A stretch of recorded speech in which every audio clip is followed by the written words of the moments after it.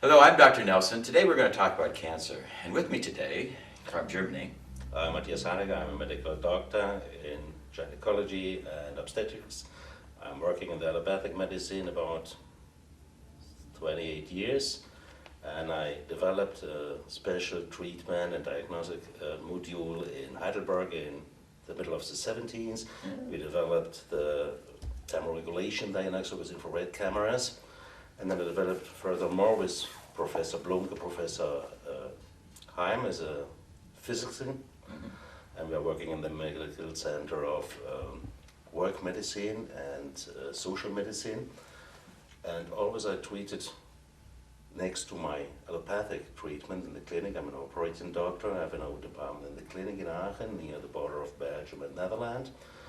And always I treat together with allopathic and with homeopathic medicine. And I have a very interesting case and I want to discuss it with you. cool. And also with us is your wife. It's my wife, Stephanie. Yes, I'm Stephanie Heiliger. I'm the Managing Director of Wellness Trust, and we are responsible for Europe for distributing SKIO, and I'm very happy to work with SKIO anyway.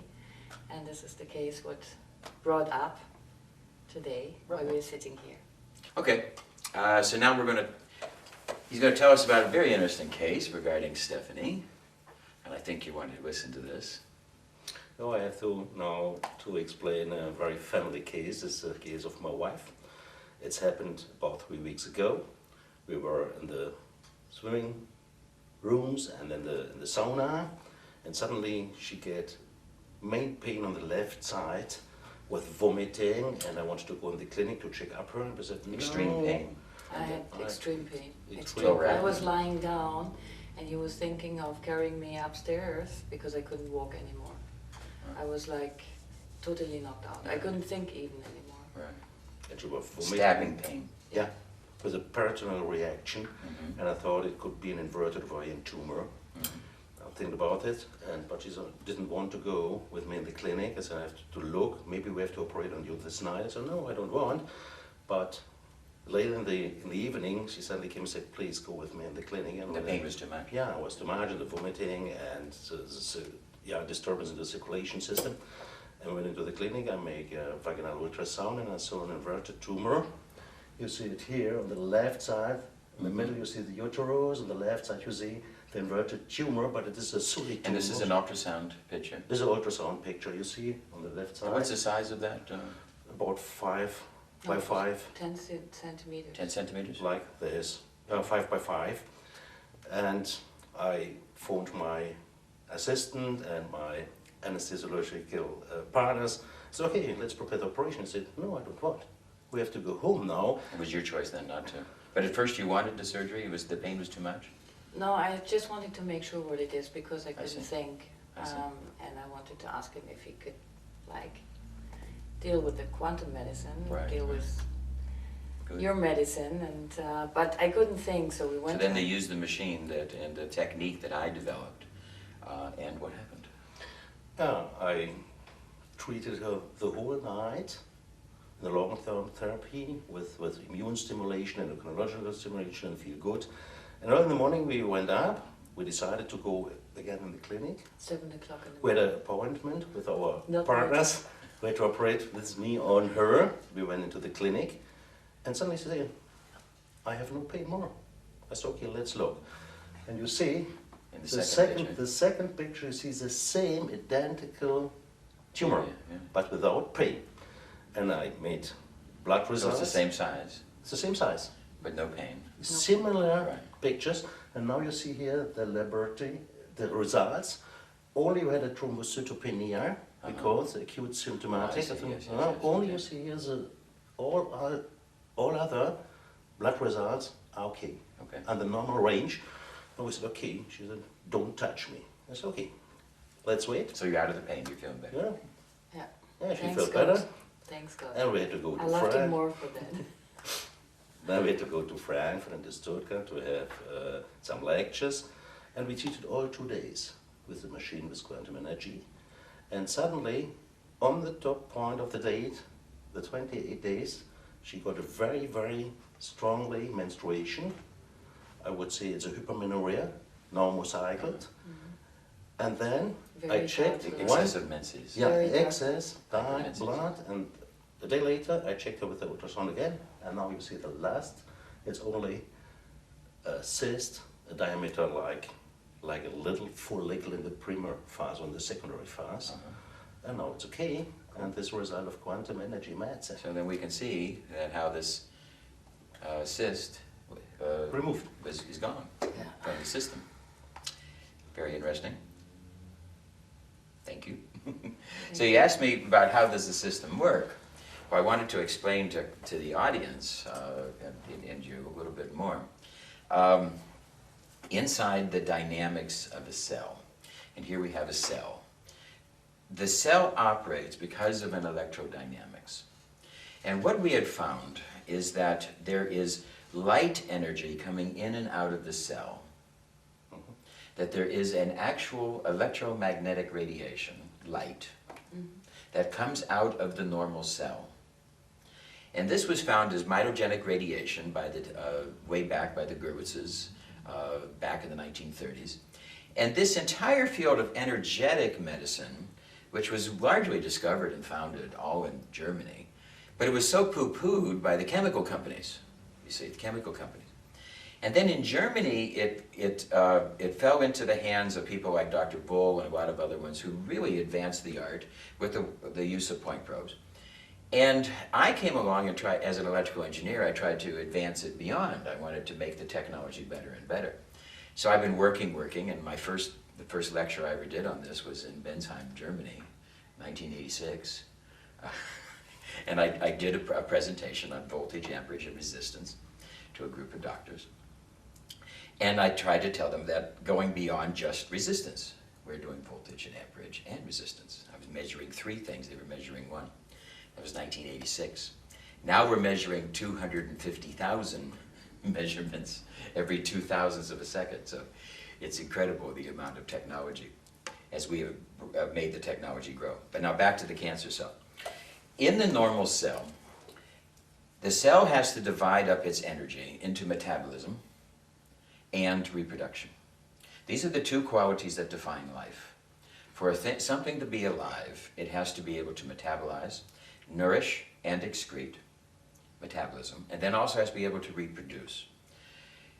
All of our cells have to do this. So thereby a virus isn't really technically a living thing because it has to have somebody else's help to reproduce. But our cells, we are living things. So our cells have this dynamics where 6% of the normal energy should be used into reproduction. This is our normal cells.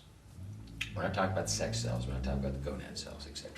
We're talking about the normal cells. 94% of the energy, as we can see here, is going to be used for metabolism. And as this normal cell operates, there will be a band of photon energy coming out, photonic energy, that we can measure. Now we measure this through the process of quantum electrodynamics. And in the field of quantum electrodynamics, the photon and the electron are very much tied together. Whenever an electron changes, there's a photon. Whenever there's a photon change, there's an electron change.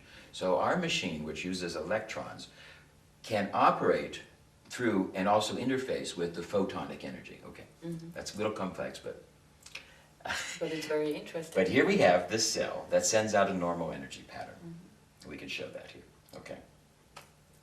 Something happens that alters the DNA, and it's some type of a mutagen. Something mutates the DNA. We know that there are certain carcinogenic compounds, cancer-causing compounds. Cigarette smoke's one of the worst ones. It isn't so much the nicotine, it isn't so much the other things, but when you burn these things, incredible large amounts of chemicals are made, and many of these chemicals are very carcinogenic. Something like that can come in and trigger. A virus can also, trigger mutagenic, or an electromagnetic radiation such as an X-ray, gamma ray. These things can create, and we're being subjected to them. We get X-rays and we get gamma rays from the stars as we walk out in the street. But something can happen and it can strike the nucleus, and all of a sudden the nucleus changes its energy. When in the cancer cell, 6% of that reproduction energy, it gets bigger and bigger and bigger. It happens because there's a change in the electrodynamics. This normal energy pattern that's coming in and out of the cell changes because something has changed inside the cell. Now the cell has become cancerous. And what we know of cancer is that the cell is going to grow faster, irregular. That's the danger. It isn't the cancer isn't the problem. It's the fact that the cancer is growing and the rest of the body isn't. You see? Then you have the autonomical process. And then everything is upset because it starts to push on circulatory process, nerval process, etc. Then it can break off in metastases and go into other places, etc., etc. So, and cancer is actually part of our detox process to begin with. We'll talk about that in a minute. So here, we have this, and we know that there's now since with electrodynamics, quantum electrodynamics, we can interface with the body, and we can measure the healthy energy of the body. And when we detect the unhealthy energy of the body, the cancer energies, we can apply a treatment and correct those energies. This is just simple rectification circuitry that we use in every television, every radio, every electronical process. And what I did was I just took some of these simple electrical principles and applied them to biology. And I had to do this, funding the research myself for the last 30 years, because medicine wouldn't do it, because medicine is all involved in the chemicals and selling chemistry, etc. So as we then developed a system that was able to then find cancer energies, find inappropriate energies. Here we have an example of part of her body that was at an accelerating growth. Those cells had changed from 6% maybe to 60 and is starting to grow. The machine interfaces with that and says no and stops it and tries to return the cells back to the norm. Woman in Germany last year, she had a tumor the size of a grapefruit here on her arm. Incredible. They couldn't operate on it because the tentacles of the tumor went up into her brain and down her spine. So the doctor said if we agitate this, cut this off, the rest of the cancer can grow, because that's what happens with cancer. You see, and the more you pick at something, the more you're likely to get cancer because you irritate it. And when you irritate something, the cells go from 6% higher. You see. So then if they irritate these cells, so the doctor said we can't operate. She'd have to live with this. They checked and all the tentacles come down. She went onto the quantum on a Monday. The therapist ran her, went onto the cancer cells, ran her for an hour. Then on Thursday, they did it again. Only this time they spent 2 hours. On Friday, she's walking in the market. The tumor falls out on the floor. The tentacles of the tumor fall with it as this large octopus thing hits the floor and smashes. Incredible. Her body let go of it. Yeah. And the weight of this incredible weight, pulled all the tentacles out. She started to bleed. She passed out. The 9/11. It's 999, right? Yeah. So the emergency people came, sewed her up, took her to the hospital, saved her life, and they checked. Oh, the cancer's gone.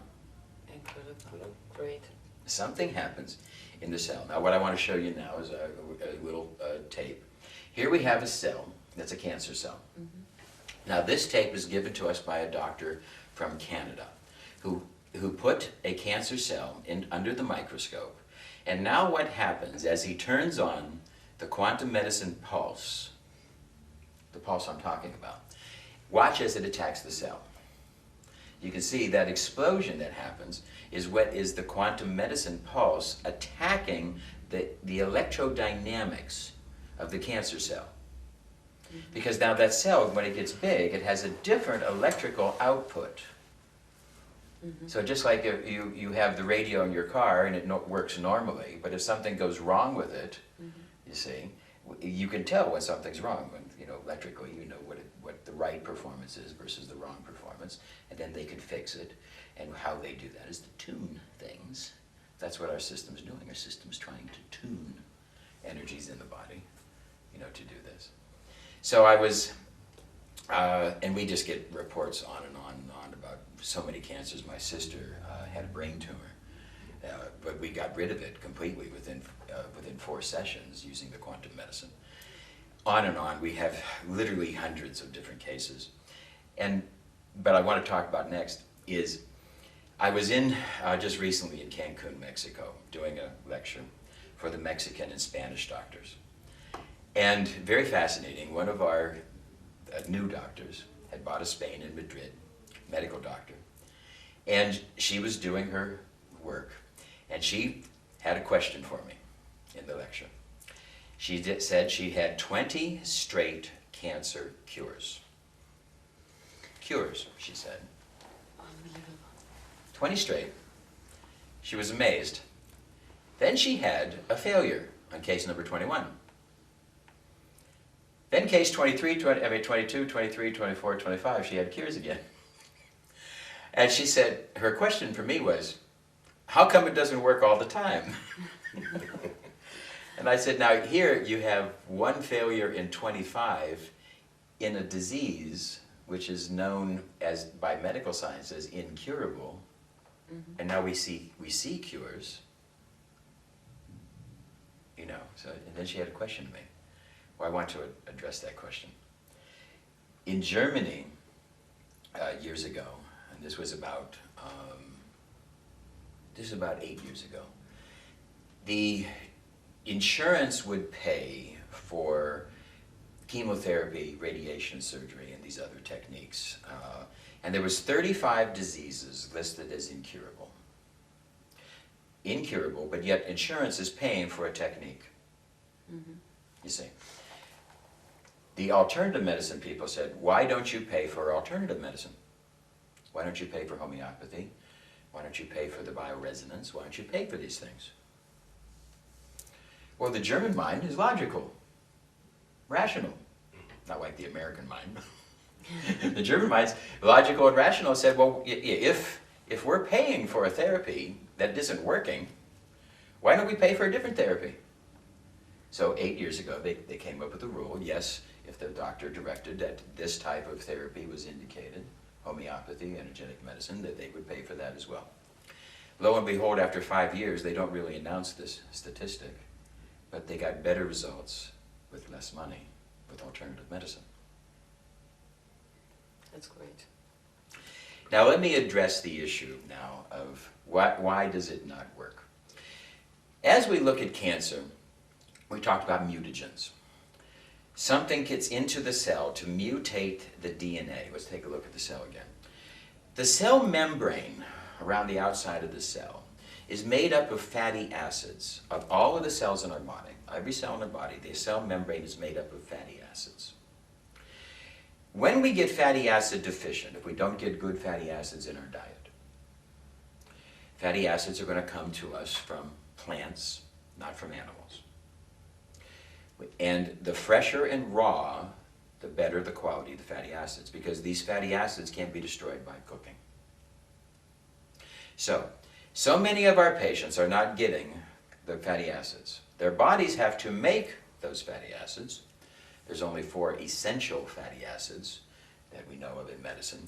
Fatty acids that if you don't get them, you'll die. That's why medicine calls them essential, you see. Linolenic acid, oleic acid, linoleic acid, and arachidonic acid. These are the essential fatty acids to medicine, because those are the ones you can't make, the other ones you make. I found that there's 88 fatty acids used in the human body, basically. There's more, but 88 basically, about the number of keys on a piano. And if you don't get one of those, you'll get sick. So to me, essential for health, I think there's 88 fatty acids that are essential for health. Modern medicine thinks, what's essential for life? They want to stop you from dying. I want to try to stop you from getting sick. So I have a whole different idea about medicine. Now, if we get these fatty acids in their healthy state without being cooked, These fatty acids can get into the cell membrane and thereby stop the mutations from coming in.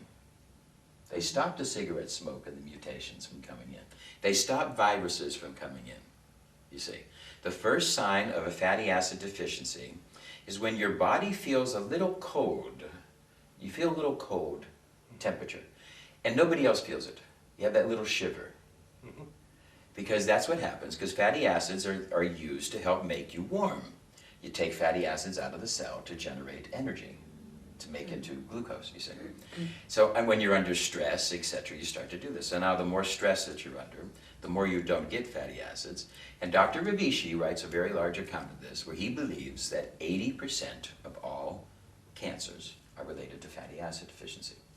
I believe that is the same. Why doesn't it work? Okay, fine.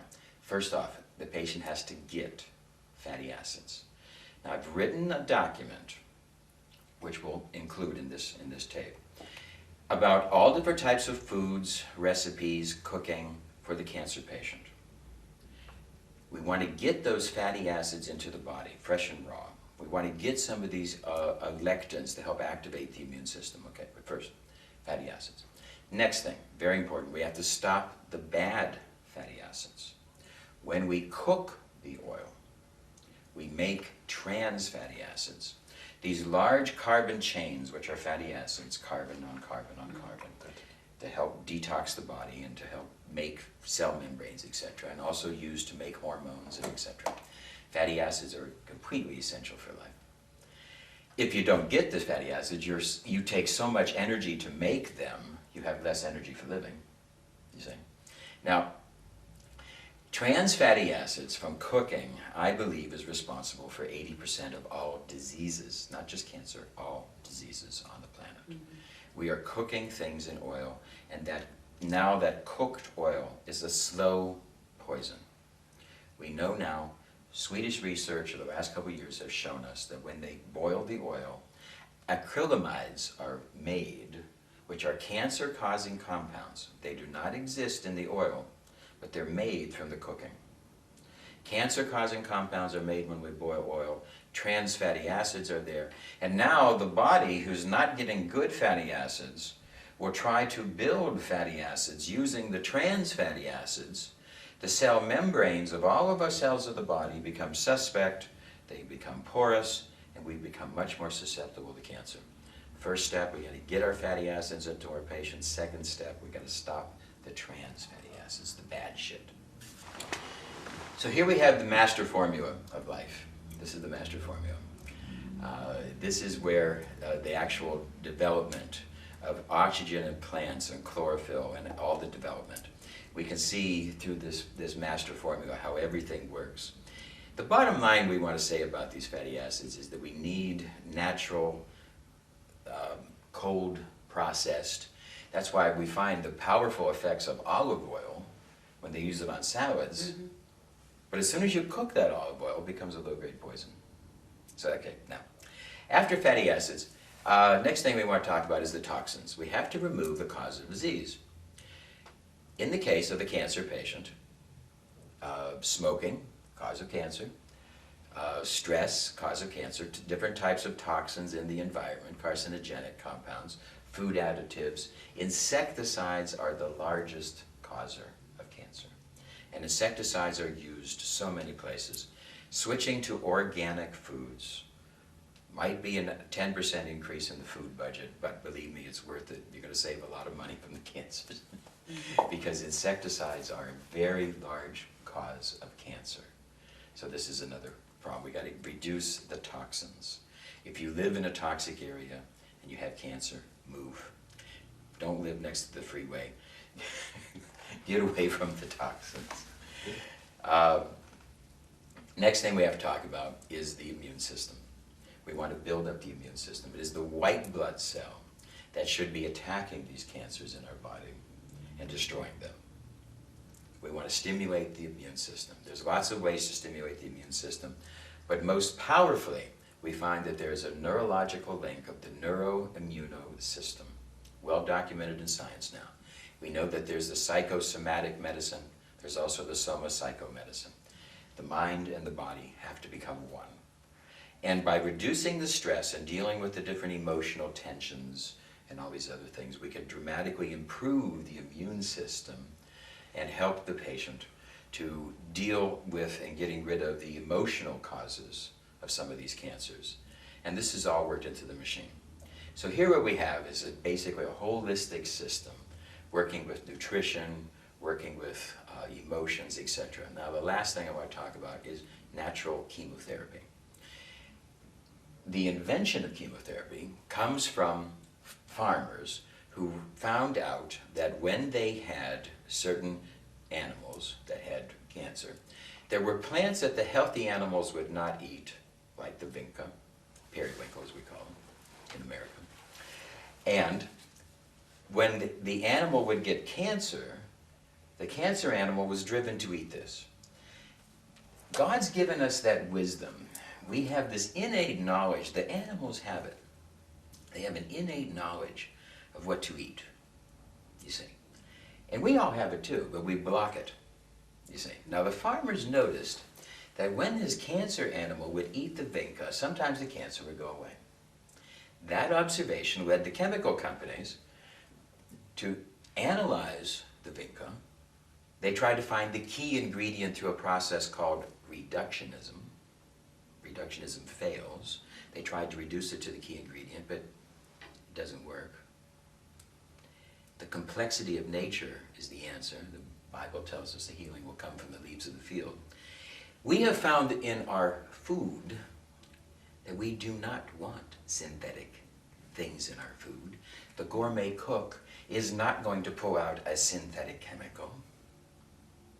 Don't do it. He knows that the finest quality is nature. He would be an insult to his patrons if the gourmet cook used synthetic foods. He wants to give them the finest quality. And the foods compatible with the human body are natural. And the medicines are natural as well. We even sold the bill of goods because now the chemical companies never ever studied the vinca, natural. They made vincastrin, named after the vinca, as a chemotherapy. I went to Kiev and started doing the research. Here we have the journal where we published.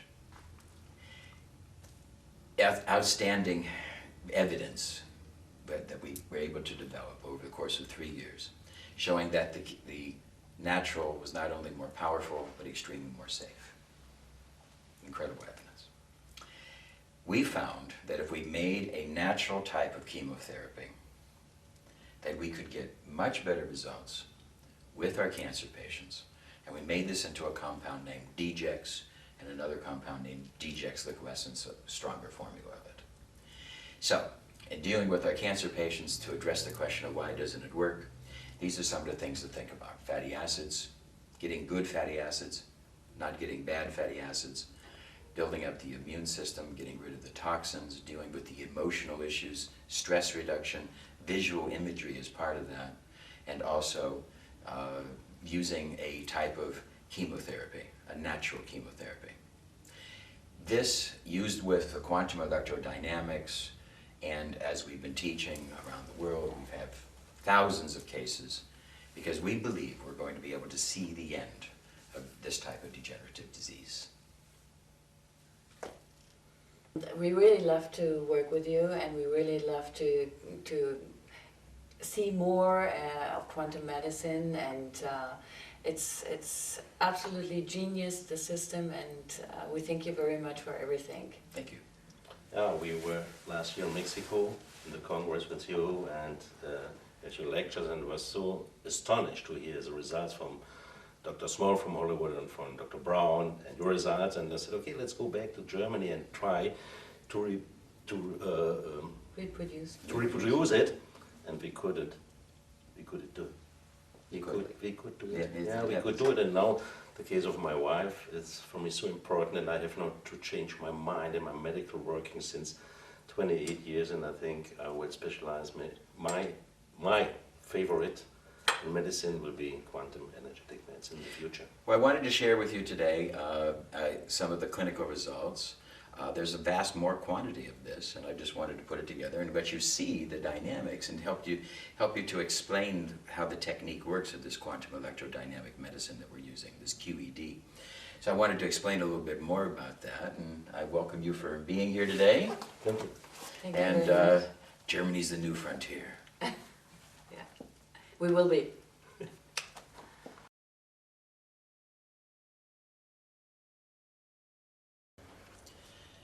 We're talking about the immune system. So we need to be able to recognize just what we're talking about. We're talking about our white blood cells. The little white blood cells are the immune system that defend us against bacteria, viruses, funguses, cancer. This is our immune system, the reticuloendothelial system of the body. There's many different parts, and we've lectured about this and some of the other different areas, but just in this simple lecture now regarding the immune system and regarding cancer, we have to recognize it is the white blood cell's job to attack the cancer cells. Everybody's getting cancer every day. Yes. There is different mutations that come in because we get different things that happen. There's 220 trillion cells in the body, 220 trillion cells. The probability of a mutagenic is about 1 in 100 million, meaning, yes, you're going to have some cells today, but your immune system will detect those cancer cells and eat them up. It's your white blood cells that should be doing this. When there's failure of the white blood cells, sometimes it's because of improper fatty acids. That's number one. Improper trans fatty acids. Bad arachidonic acid can mask a tumor from the white blood cells. And the white blood cells would just walk right on by. You see? So we have to understand about the fatty acids, but we also have to, very important, understand something else about our diet in response to the immune system. White sugar. We're going to talk about the difference of dextrose, which is a right-hand revolving sugar, versus levulose, left-hand revolving sugar. The right-hand revolving sugar, this is the white processed sugar that we get in these different items, sugar items, candy bars, Coca-Cola, cola drinks, soft drinks, etc. This white processed dextrose. Dextrose is revolving to the right. Here we have Krebs cycle. We have glucose that must come into the cell through Krebs cycle and spin to make ATP, adenosine triphosphate, for energy. Through this process, the glucose that enters the cell must be right-hand spinning. When we take in dextrose, which is already right-hand spinning, it can enter into the cell too fast, creating a problem of a hyperglycemia and a hypoglycemia. This is the problem. Because as humans, we are meant to be taking in levulose, and another word for levulose is fructose, fruit sugar. Natural fruit sugars are the main place we're supposed to be getting fruits. Sugar cane came in as the #1 cash crop because of its simple, easy way to take the brown sugar and then process it to make it white, stripping away all the nutrients. But it isn't just the nutrients. It's the dextrose which enters into the body too fast. Fructose, which is levulose spinning to the left, has to be stopped in its spinning, converted through a conversion process. This slows down the entry of the glucose into the system, thereby making it more stable, and we don't get the hyper-hypo of dextrose. We get more of a tenuous event with the fructose. Human beings are meant to be eating fructose. Now let's demonstrate this further. Here we have the normal slide of a blood. We have white blood cells, we have red blood cells. There are a lot more red blood cells than there are white blood cells. We can do a WBC, white blood cell count. Count these. Now this research that I'm going to be showing you, we're actually going to be showing it to you today. This research has been documented in the New England Journal of Medicine and 5 other medical journals over the last 15, 20 years. Because if we take the patient to a white blood cell count and give that same patient 1 glass of cola, 10-ounce glass of cola, and then 30 minutes later check the white blood cell count, and it is now 50% less. the white blood cell count. 50% less. You have 50% less immune system. The immune system is going to attack your cancer. You must stop the dextrose. You must stop that sugar. If you're going to get sugar, make sure that they are fructose, natural sugars. You must stop those sugars. You must stop the dextrose. If you want sugar flavor, we are meant to get that from fruits. If you come off the desert and you're hungry and you haven't eaten for 3 days and somebody say, here's some strawberries, you don't say, no, do you have a candy bar? That flavor you get for that white sugar is an addictive process because of the fast amount of energy you can get. Because the dextrose is already revolving right. It gives you a spike, it gives you a hyperglycemic. And we see the commercials about the guy's going to ski down the hill. He's going to ski down the hill and he says, I need some energy. I'm going to eat this candy bar, Snickers, this candy bar. Well, he better get to the bottom of the hill in 30 minutes because that's about as much as he's going to get out of that hyper charge. After about 30 minutes, he's going to go into hypoglycemia because the dextrose is going to set up a cascade. And a very famous medical doctor did a study of literally thousands. He worked at Johns Hopkins University in America, and he studied all of his students for years and years and years, a whole career, 40 years, and he studied and he asked the simple question, why is it some of the students were healthy and some of the students were always sick? And he wanted to find out, what is the difference between the healthy students and the sick students? Students that are always sick, always got colds, always got flus, always missing this, bad moods, etc., always had to go to the hospital for something or other. And then the other students that had mellow tempers, and the other students that were healthy. He wanted to know. He studied all different types of factors, but what he finally found in his conclusion was, the more stable the blood sugar, the students who had stable blood sugar were the ones who didn't get sick. But the ones who had cascading blood sugars, hyper and hypo, those are the ones who were always sick. You can imagine the problem that glucose is the energy for all the cells in our body. And when we are using it and getting too much and then too little and too much and too little, operation of all of the systems is going to be unstable. We have to have blood sugar in order to make energy. We have to have this adenosine triphosphate. It's very important. So in our final conclusion, you must be able to avoid the white sugar, get the levulose. Every country has ever done this. I always give the lecture. I always say about how countries who use fruit sugar and the athletes who use fruit sugars are more performing. They have a higher level of performance. The really quality athletes don't use those white sugars, those dextrose. They might use them early in their career when they're young and 20s and athletic, but if they want to have a long career, they better switch to fruit.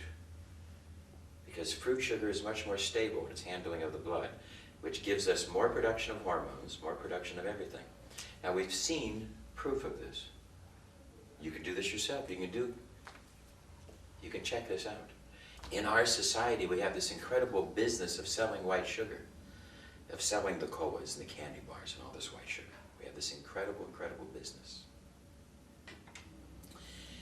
And as it has accelerated, cancer has accelerated with it. 10 years ago, cancer became the #1 killer of children, surpassing accidental death for the first time. My great-grandfather, I talked to him, literally didn't know children that had cancer. My grandfather was almost unknown.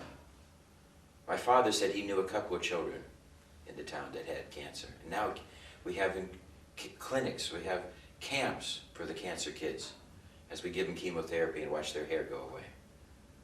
As we give them another Coca-Cola for lunch and a candy bar for dessert. And we want to know why. And the immune system is our defense against cancer, and we are eroding our immune system daily. You want to know why you might have failed? I had a woman come in to see me once, and she brought in 3 little cancer kids, bald from the chemotherapy. As she brought them into my clinic, they started to make noise, so she whipped out candy bars for each one as a promise. I'll give you another candy bar if you're good, as we see the doctor now. I said, lady, if you're going to work with me, we can't have this. You're going to have to switch from those candy bars to something more natural.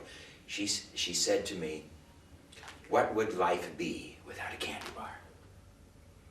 She couldn't imagine life without Coca-Cola, without a candy bar. And her kids had cancer and were dying. The addictive quality of this sugar is extensive, and you must resist it. You got to find a way to get those good fatty acids into the body. You got to stop boiling things in oil. You got to stop the bad fatty acids. You got to stop the bad sugars. You got to get the good sugars.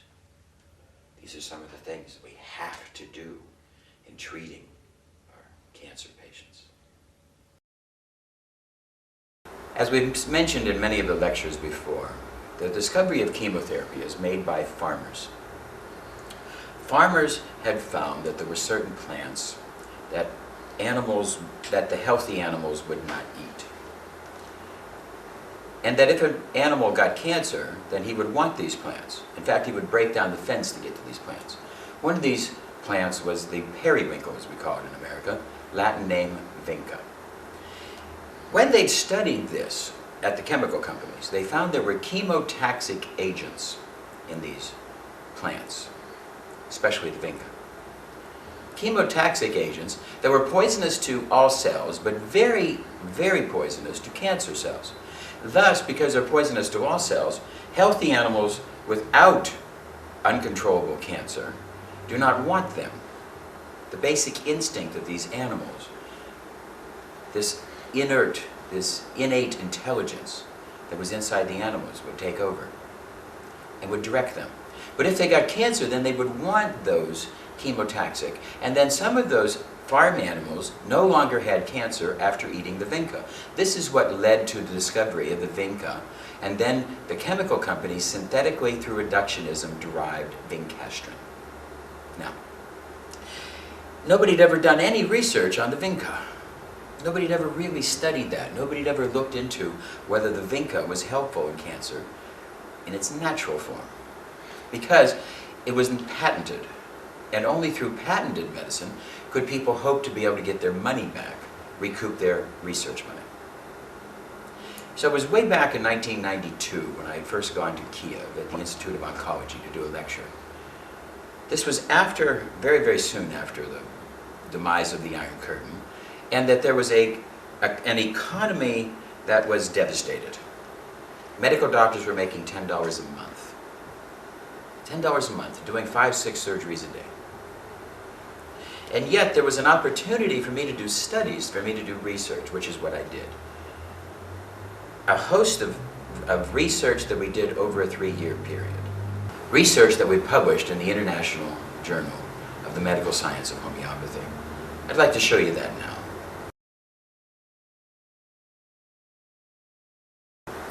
In doing this research, we wanted to establish a complete study of the vinca, the natural versus the vincastrin, where we studied it in cell cultures.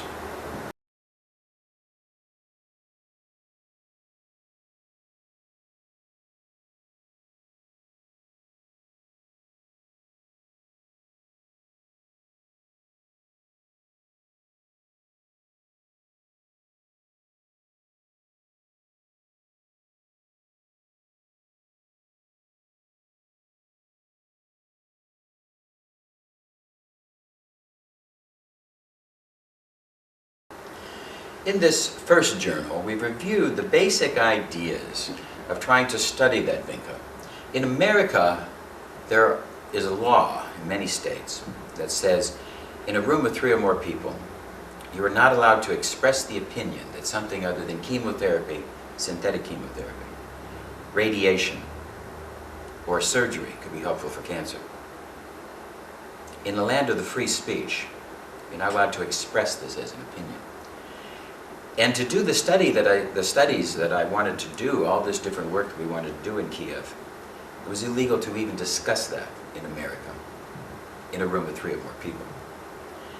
So I was able to then commission these doctors and be able to do the work. These were highly intelligent men who didn't know vinca from vincastrin as far as their, because we had a double-blind placebo, and they didn't know which one they were using. And they didn't care because they just wanted to do the science. And what we were able to find was astounding, that through all of the work from cell culture, through rabbit model, into the human model, that what we had found was an extremely effective substance, vinca being much more effective, somewhere between 300 to 500% more effective, depending on the case, in its handling of the different tumors, the cancers. Not only was it more effective, but it was thousands of times more safe, as that the vincastrin was shown to be very harmful. In the human model, when we finally got to 120 people in each group, 120 with the natural and 120 with the synthetic, we found that in all of the synthetic populations, vincastrin had destroyed their immune systems for further future defense against cancer. In other words, when I delivered these papers, 1997, in Paris, France, at the World Congress of Oncology, the theme of that Congress was, we know we can get you better, but you come back. We had the answer. The answer is that the synthetics don't work. It's 1997. The synthetics really don't work. The natural works much better. It's more effective and more safe. And yet that study had never ever been done anywhere in the world. We were able to do that study. Now, in speaking of the quantum electrodynamics of the machine, we've been able to do many, many more studies. Studies which we are about to publish in the next journal on cancer, which will be coming out very soon. Some of the things we've talked about today. Because what you've been able to see is a sound theoretical basis of the science. You've heard from doctors. You've seen clinical presentations of before and after photos. You've seen a host of different things. Here we have a photo of a recent large tumor in a woman that was diagnosed through biopsy as being cancerous. After 3 treatments with quantum electrodynamics, and this is no longer cancerous, and the body's starting to erode it. So we have a viable entity. You've seen this type of proof, whereas we talked here. You've seen some of the theoretical basis. You've seen the scientific evidence. You've seen clinical evidence. You've heard from the doctors. You've heard from the witnesses. Just wanted to share with you that quantum electrodynamics has a dramatic future in treating cancer. It is safe and effective. I hope that I've helped you a little in some ways here today, and I hope that you might have spawned some questions that you might want to give to us. And I hope that those questions are not filtered through any personal vendetta or any personal preference regarding chemical companies or that type of philosophy. But if you have those questions, please share them with us. Be happy to engage in a future dialogue. This is Dr. Nelson signing off.